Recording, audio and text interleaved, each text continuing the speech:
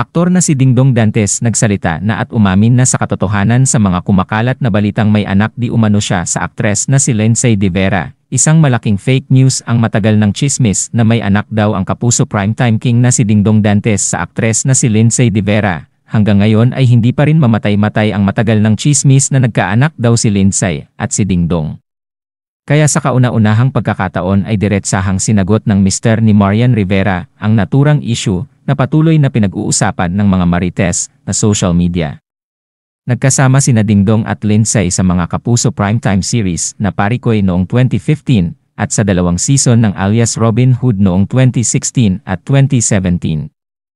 Hindi rin daw alam ng aktor kung bakit hanggang ngayon ay inililink pa rin siya kay Lindsay. Nauna nang itinanggi ni Lindsay na may anak sila ni Dingdong sa isang panayam kasabay ng pagbabanta na kakasuhan niya ang mga taong nagpapakalat ng tsismis tungkol sa kanila ni Dingdong. Samantala, nag-guest ang TV host actor nitong May 9 sa Fast Talk with Boy Abunda at dito nga siya tinanong hinggil sa issue. Lumabas na ang balitang ito sa social media. Ikaw ay may anak kay Lindsay De Vera, ang tanong ni Tito Boy kay Dingdong. At narito ang kabuuan ng kanyang pahayag. Dong, punta na tayo doon. Lumabas ang balitang ito, nasa social media. Ikaw ba ay may anak kay Lindsay De Vera? Wala po. Hindi totoo ang balitang ito? Hindi po totoo. Pag-usapan natin, Dong, kasi 4 years ago pa ito nag-resurface na naman. Tell us what you want to tell us about this. At bakit mo binabasag ang iyong katahimikan ngayon? Sa totoo lang, Tito, nagdadalawang isip talaga ako kagabi kung sasabihin ko ba o masasabihin ba ako about the topic and the issue. Kasi alam kong baka tanungin ninyo ngayon And, at tinanong nga. At tinanong mo nga.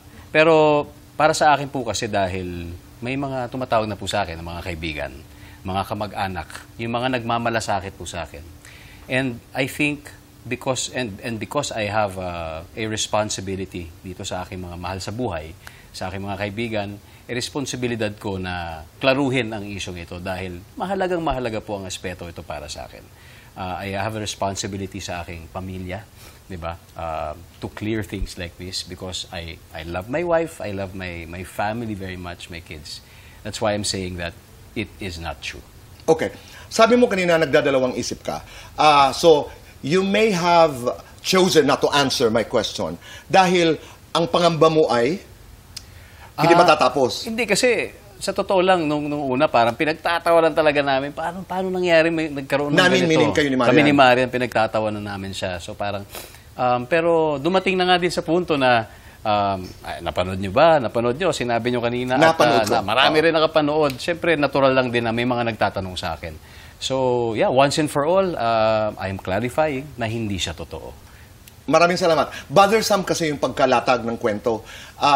Nagkukunwari siyang maraming mga detalye. May DNA, may lumuhod sa harap ni Marian, nag-alsabalutan si Marian at pumunta ng abroad. So, kung ikay hindi sanay at hindi mo alam ang mga kwento na nangyayari sa ating industriya, dahil may mga videos na napanood ako na napakarami ng views. Di ba? Alam niyo po, Naitay Kapuso, ito'y idininay niya, itinatwa na ito ni Lindsay kung tama ho ang aking pagkaalala. She already had denied this story, pero persistent pa rin yung pagbalik, no? Pagbalik. Sa yung meditation, Dong, why is this not dying? I really have no idea. I have no idea. Hindi dahil sa pumutok ang iyong pelikula. Hindi, mahirap. Alam mo yun? Mahirap magbigay ng mga speculations tungkol dyan. Dahil sa totoo lang, first time ko na mapunta sa ganitong sitwasyon. Diba? So, patawad, I have to ask you that question. No, it's okay. And I think I'm okay that I cleared it because kailangan po talaga at dahil mahal ko ang pamilya ko, kailangan maging klaro yung mga bagay na ganito. That's true.